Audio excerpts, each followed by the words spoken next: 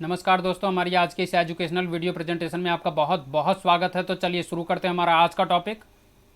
और हमारा आज का टॉपिक है इनका प्रयोग। इनका प्रयोग किस किस स्थान पर किस किस स्थिति में किया जाता है, इसके बारे में पूरी की पूरी डिटेल्ड में स्टडी आज हम करने वाले हैं। तो आइए शुरू करते हैं। पहली कंडीशन ऐसी होती है जब कभी कोई स्थान बताया गया हो या फिर किसी वस्तु की निश्चित अवस्था को प्रकट किया गया हो, तब हमें इनका इस्तेमाल करना होता है। जैसे आप एग्जाम्पल्स में देखें, the father is in the house, the father is in the house. आप देखेंगे पिताजी कहाँ पर हैं, घर में हैं। तो जैसे हमने बताया, किसी व्यक्ति की किसी वस्तु की निश्चित अवस्था हो कि पिताजी कहाँ पर है, घर पर हैं, और ये निश्चित है, तो उस वहाँ पर हमें इनका इस्तेमाल करना होता है। और ध्यान दें आप, the water is in the bottle, the water is in the bottle. तो आप देखेंगे कि पानी है, कहाँ पर है, बॉटल में है। तो क्या है, पानी की निश्चित अवस्था कहाँ पर है, बॉटल में है। तो इसलिए हमने इनका इस्तेमाल किया है, क्योंकि दोनों ही वाक्यों में वस्तु की निश्चित अवस्था को, वस्तु या व्यक्ति की निश्चित अवस्था को प्रकट किया गया है। इसी प्रकार से इन ए कार,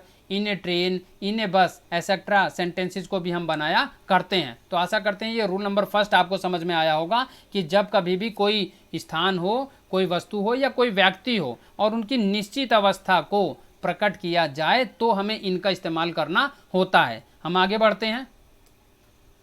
रूल नंबर सेकंड ये कहता है कि बड़े नगर, प्रांत और देशों के नाम के साथ भी हम इनका इस्तेमाल करते हैं। जैसे आप स्क्रीन पर देख सकते हैं, ही लिव्ड इन मुंबई।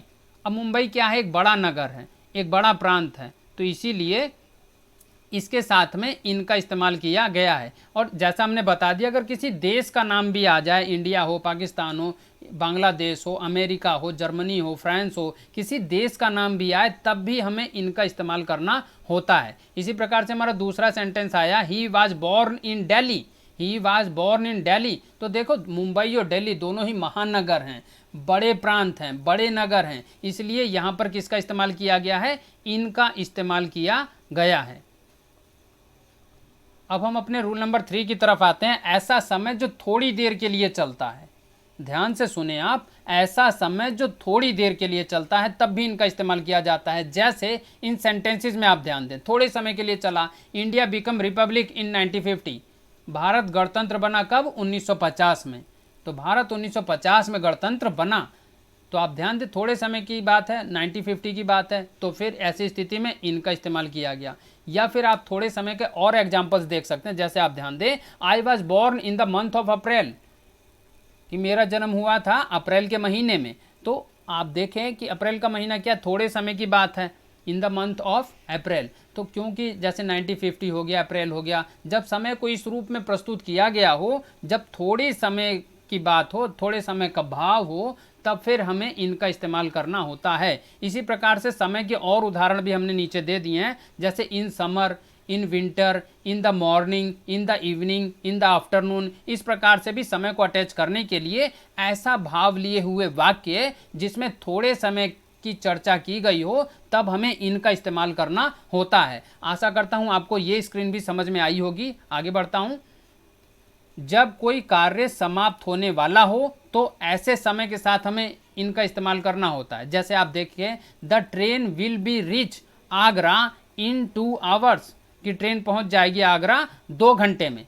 ट्रेन पहुंच जाएगी आगरा 2 घंटे में। तो आप ध्यान दें, जैसा हमने बता दिया, कोई कार्य समाप्त होने वाला, ट्रेन पहुंचने वाली है, तो उस स्थिति में भी हमें इनका इस्तेमाल करना होता है। आगे हम बढ़ते हैं। स्थिति, राय और संदर्भ। स्थिति, राय और संदर्भ, जैसे आपको मालूम ही है, इन तीनों ही चीज़ों को प्रकट करने के लिए भी इनका इस्तेमाल किया जाता है। स्थिति का मतलब कोई सिचुएशंस हो सकती है, राय का मतलब किसी कोई एडवाइस हो सकती है, संदर्भ का मतलब कोई रेफरेंस हो सकता है। इस स्थिति में भी इनका प्रयोग किया जाता है। जैसे आप ध्यान से देखें, ही वाज बोर्न इन रिचिस। अब जैसा हमने बताया, ये क्या है, ये रिचिस, अमीरी, वह अमीरी में पैदा हुआ था। इसका मतलब है कि यह उसकी स्थिति है, तो तब भी इनका इस्तेमाल करना होता है। अगर यहाँ पर पुअर वर्ड होता, तब भी हमें इनका इस्तेमाल करना होता, चाहे वो पॉजिटिव हो, चाहे वो नेगेटिव हो, किसी भी प्रकार की स्थिति हो, जब स्थिति का भाव आएगा तब भी हमें इनका इस्तेमाल करना होता है। आप दूसरे सेंटेंस को ध्यान से देखें, in my opinion he will pass, in my opinion he will pass fairly, कि मेरे मत में वो बड़ी आराम से पास हो जाएगा, फेयरली पास हो जाएगा। तो आप देखेंगे इन का इस्तेमाल किया गया है।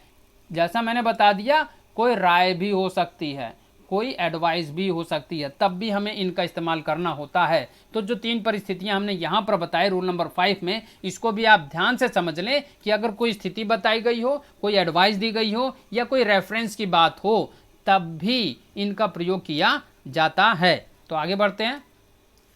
देखिए, वेशभूषा और पहनावे की ओर संकेत करते हुए भी इनका इस्तेमाल किया जाता है। वेशभूषा और पहनावा किस प्रकार का है, इसकी तरफ इशारा करते हुए भी इनका इस्तेमाल किया जाता है। जैसा आप सेंटेंसेस में देख सकते हैं, the boys come in their uniform, the boys come in their uniform. इसी प्रकार से दूसरे वाक्य को ध्यान से देखें आप, the players play in their proper costumes, the players play in their proper costumes. तो दोनों ही वाक्यों में क्या है, यूनिफॉर्म और कॉस्ट्यूम है क्या, दरअसल में उनकी वेशभूषा और उनका पहनावा है। तो उस स्थिति में भी हमने इनका इस्तेमाल करना होता है, जैसा इन दोनों वाक्यों में आप देख रहे हैं। तो आगे बढ़ते हैं। व्यवसाय यानी जिसे इंग्लिश में ऑक्यूपेशन बोला जाता है, या क्रियाकलाप, कोई एक्टिविटी हो, तो दोनों ही चीजें हो गई। एक तो या कोई एक्टिविटी हो रही हो या फिर कोई ऑक्यूपेशन हो, कोई व्यवसाय हो। इन दोनों परिस्थितियों में भी इनका इस्तेमाल किया जाता है। जैसा आप एग्जाम्पल्स में देखें, the gardener are busy in watching the plant.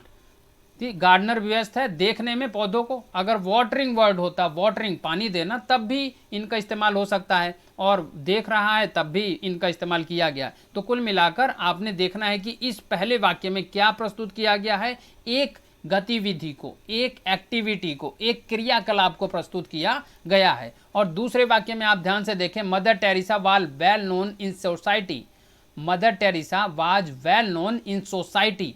तो मदर टेरेसा जानी मानी थी समाज में, तो फिर यहां पर भी इनका इस्तेमाल इस परिस्थिति में भी किया जा सकता है। इनका इस्तेमाल इन टाइम का अर्थ होता है निर्धारित समय से पहले। जैसे हम पहले भी आपको बता चुके हैं कि अगर समय से पहले का भाव आएगा वाक्य के अंदर, तो हमें इन टाइम शब्द का इस्तेमाल करना होता है। और हम एज ए प्रपोजिशन इस इन के बारे में चर्चा यहाँ पर कर रहे हैं। Try to do something in time, try to do something in time. या फिर दूसरा वाक्य आप ध्यान दें, he always reach there in time, कि वो यहाँ पर समय पर आ जाता हमेशा। तो इस स्थिति में जब हम देखते हैं कि निर्धारित समय है, निश्चित समय है, तब भी हमें इनका इस्तेमाल करना होता है। तो हमने इस वीडियो में यूज ऑफ इन को विस्तार से समझा है। The topic will be continue in this video series.